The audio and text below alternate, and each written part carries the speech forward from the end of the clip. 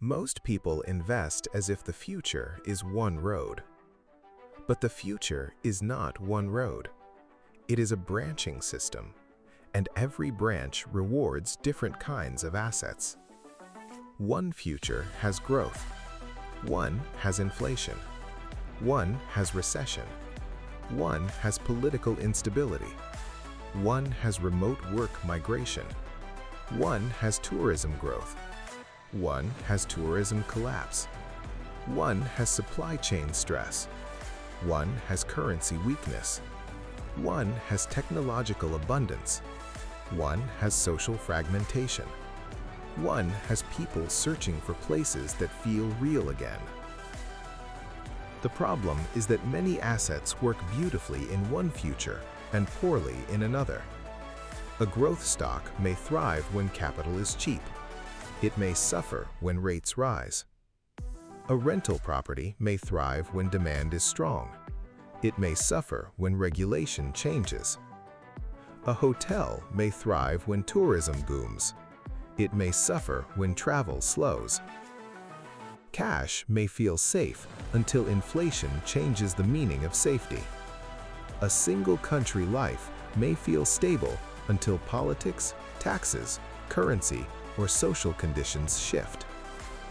This does not mean fear should drive decisions. Fear makes bad strategy. But so does pretending the future is obvious. Useful land-backed assets are interesting because they can have multiple modes. In a strong economy, a retreat estate can host guests, events, villas, and hospitality.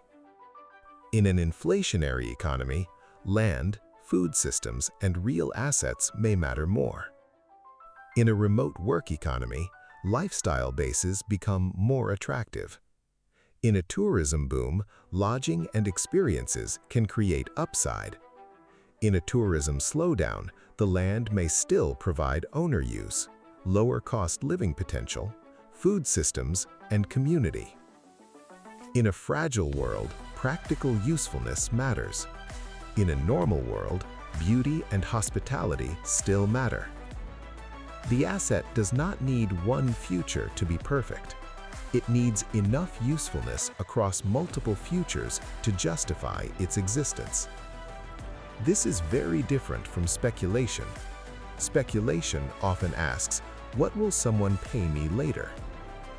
Useful land asks, "What can this place do while I own it? Can it host? Can it feed?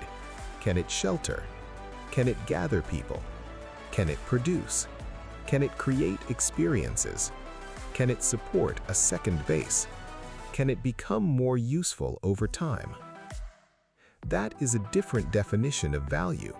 Not only exit value, use value, resilience value, community value, option value.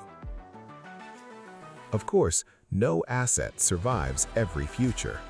Land can be taxed, regulated, expropriated, mismanaged, damaged by climate, made illiquid, destroyed by bad title, ruined by poor operations. That is why due diligence matters. The point is not that land is magic.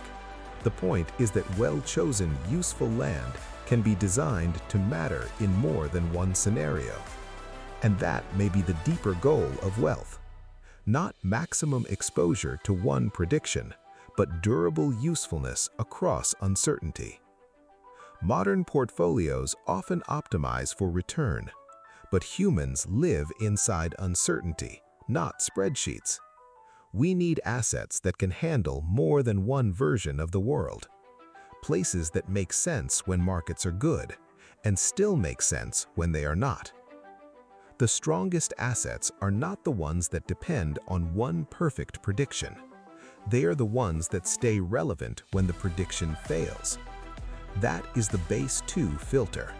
Can the asset remain useful when the future refuses to become the one we expected?